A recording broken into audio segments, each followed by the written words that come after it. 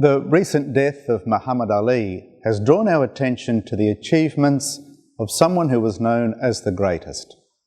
This was a title that Ali bestowed upon himself, but nevertheless few would challenge the title, especially if you were to step into the boxing ring with him.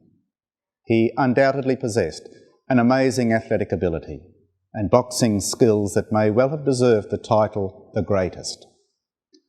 But since his death, many people have come to hear of other challenges and fights that were very much part of his life and demanded not so much of the pugilist skills, but still a great deal of tenacity and perseverance.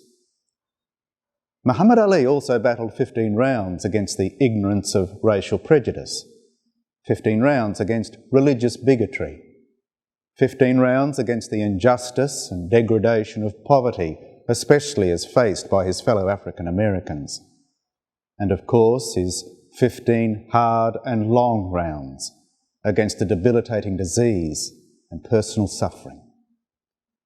To none of these could he get a knockout win, but many people would agree that he was certainly ahead on points.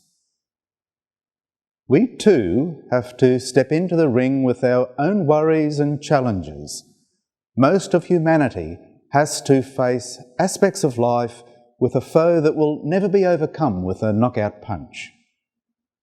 The Word of God, Jesus Christ, has also confronted many of these same foes and has given us advice and a lived example of how to face them. To take up one's cross is to look at the world with honesty, to love unconditionally and with perseverance.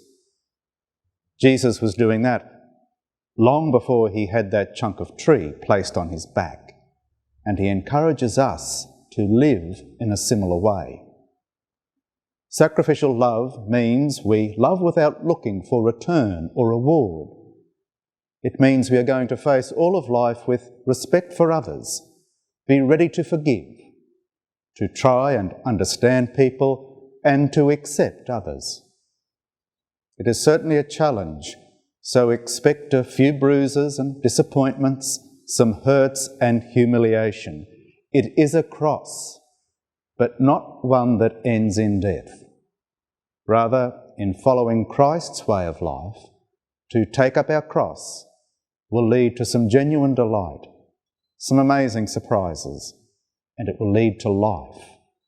We will experience God's greatness alive in us.